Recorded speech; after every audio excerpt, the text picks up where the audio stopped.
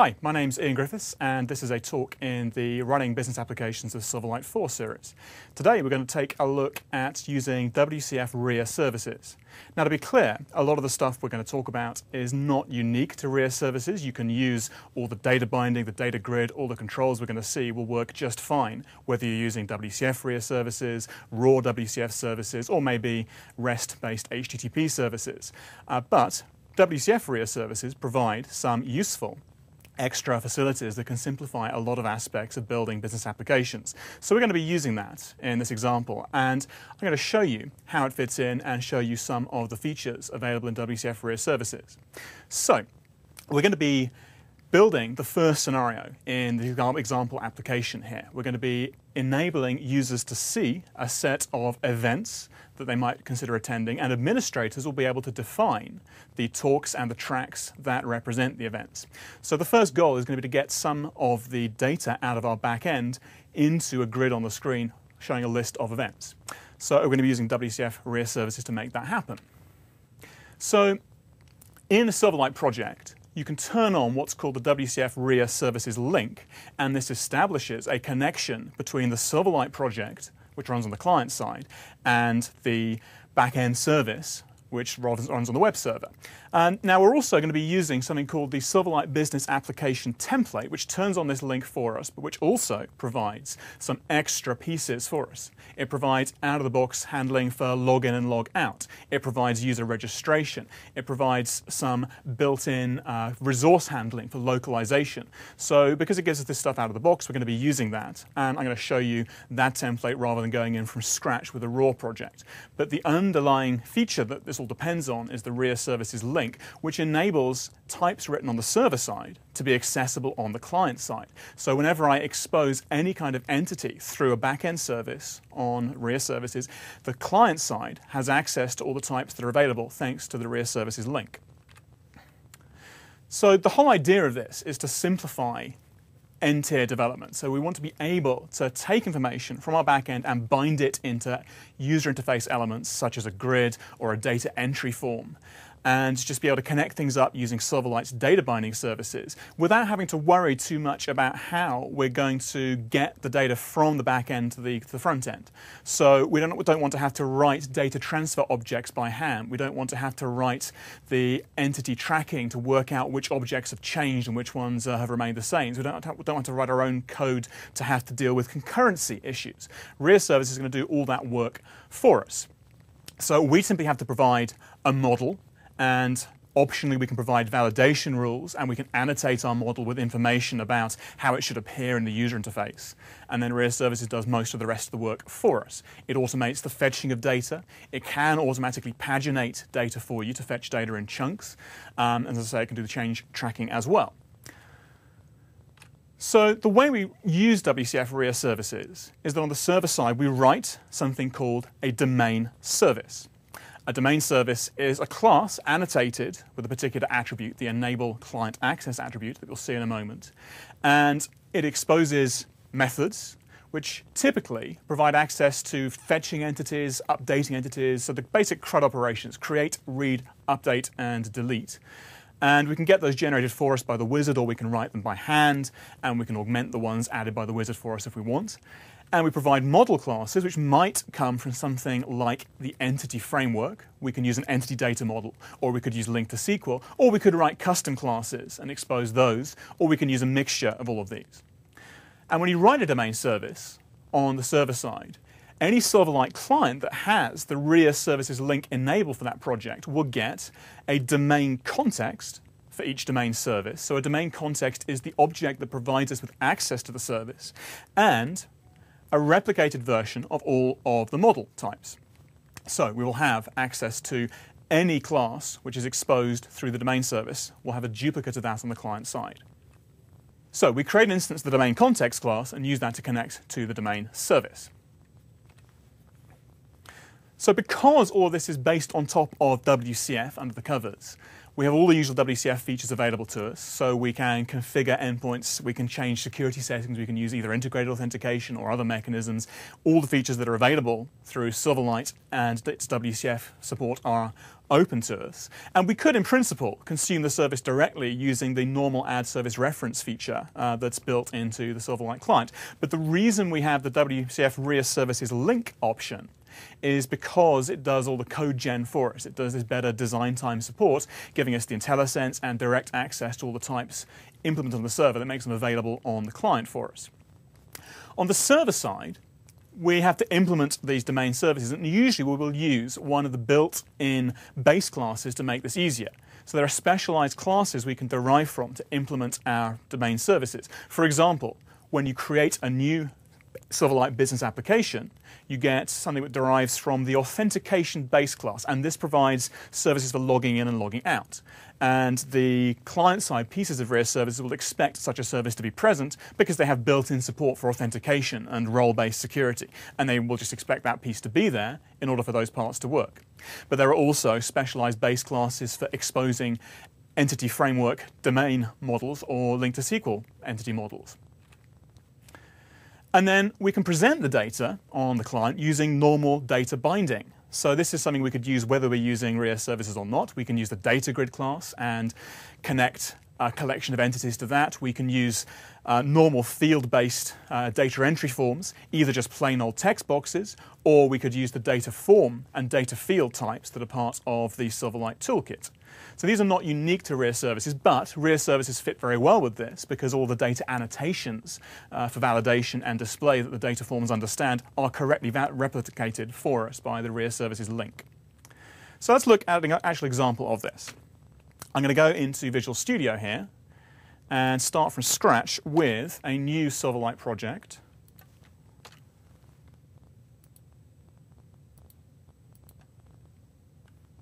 So I'm going to create a Silverlight business application.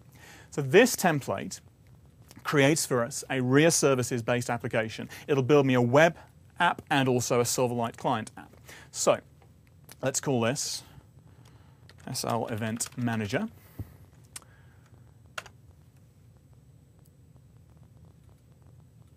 And in the Solution Explorer, once it's finished creating the pieces, we should see a couple of projects. Now, in some ways, this is just exactly like a normal Silverlight application. There will be a client bin folder on the web project, which will contain the build output from the Silverlight project. So if I just build this, that will get populated with the ZAP file in the usual way. But the differences with this particular project template are, first of all, we get the RIA services link. If I look at the project properties and scroll down, we can see that this WCF RIA services link is enabled, connecting my Silverlight project to the web application. But also, there's a certain amount of boilerplate code generated for us. So the client side is actually configured to use the Silverlight navigation services so that we can have pages we can navigate between in the application. And it also wires up various resources for us so that things like error messages and validation messages are all localizable.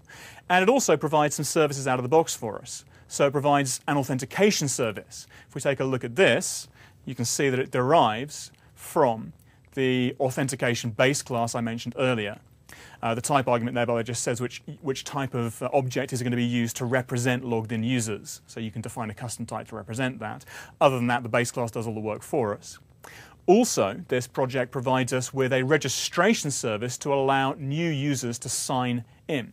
So if I actually run the application, you will see that there's a login piece to the user interface. Let me just close the favorites there. And when I click on login, it presents me with this form here. I can type a username and password. But if I click this Register Now link, it flips over and lets me add new user accounts. So I can provide my username, email, password, and security question, and so on. So this registration service is provided for me not as an intrinsic part of RIA services. That's a specific thing added by the template. Now, I want to expose some data from this web application so I can bind to it in the user interface. So the first thing I'm going to do is add some data to the application. I've got a database file. If I just go to the Windows Explorer here, I've got an MDF file that I created earlier that happens to have some information in it that I'm going to use and expose through this application. So I just add that to the app data folder. That makes this database available to me through the SQL Express feature. So I could go and take a look at it here. But I'm just going to bind to this via the entity framework. So I'm going to make some of the tables in here available by adding a new item to my project, an ADO.NET entity data model. Let's call this Event Manager DB model. And again, you don't have to use the entity framework. You're not under any obligation to use that particular means of accessing data. Link to SQL is also available. And as I mentioned, you can expose custom types over RIA services as well. So we're showing you the entity framework because it's an easy way of getting up and running, but it's by no means the only thing supported for this kind of application. So I'm going to select some tables that I want out of here. A lot of the tables in here are actually present for ASP.NET's login handling. I'm not going to make those directly accessible. I'm just going to make these application-specific tables here that represent information inside my application. Just click Finish there. That will build me an EDM, an entity data model. So that makes these types accessible to code inside of my web project, but this is all on the server side. Now what I'm going to do, having created that, I'm going to build that quickly to make sure that Visual Studio can see everything. And now I'm going to add to my services folder, I'm going to add a new item, and this will be a domain service class. So I'm going to call this Event Manager Domain Service. Now, as it happens, I want to expose all of the entities in my application. You can be selective about this. You don't have to make all of your types available, but I'm going to turn all of these on. And ultimately, my Silverlight client is going to want to be able to change most of these entities as well.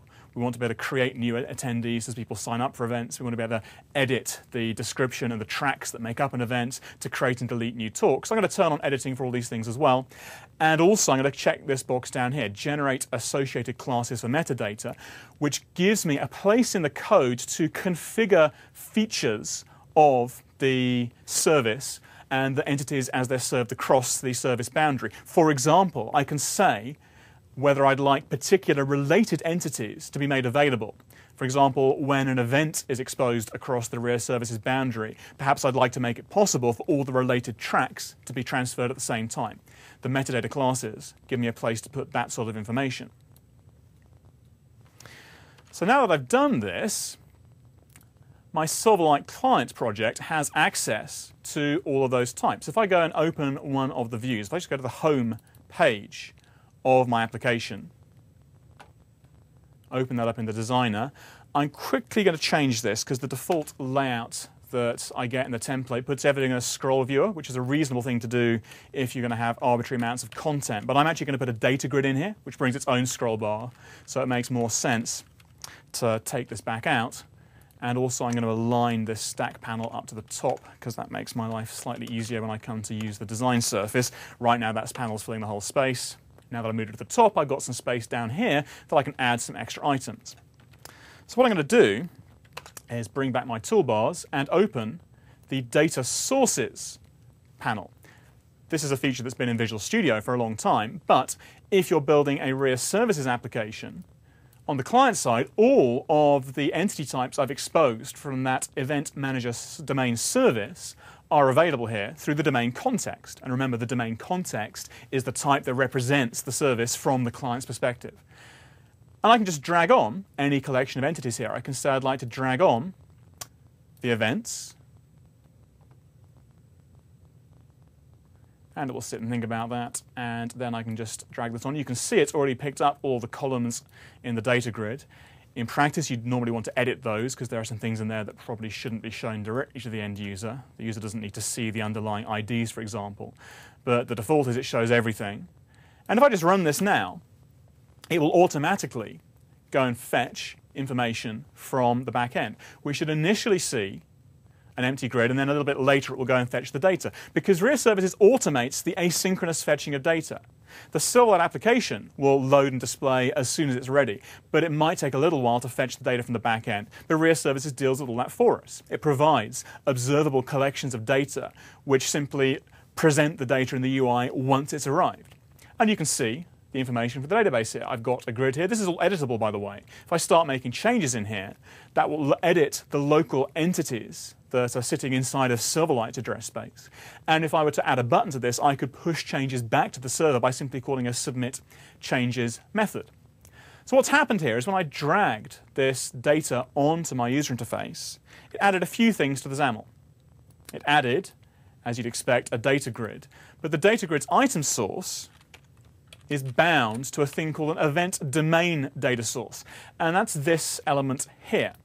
This is a wrapper around the underlying RIA services domain context object, which you can see there. It's a wrapper that provides some helpers for the user interface. It can automatically load the data. It can kick off the fetching of data and can asynchronously catch the results as they come back and show them in the user interface.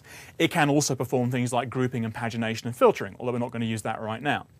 And as we'll see in other talks, you can also go on to do things like master details views. So you can show a main list of items and then show related items from children as well. So obviously this is a very simple application, what we've done so far, but this illustrates the basic things that the WCF RIA services can do for you.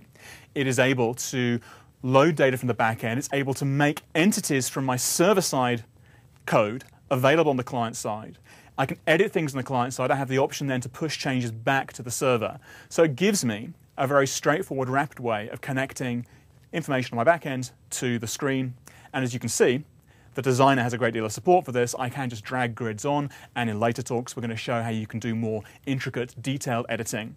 But that's the basic idea. RIA services automates a lot of the stuff you would have had to do by hand if you were writing raw WCF services, but ties in neatly with core Silverlight features such as the grid control, data binding, and layout and navigation.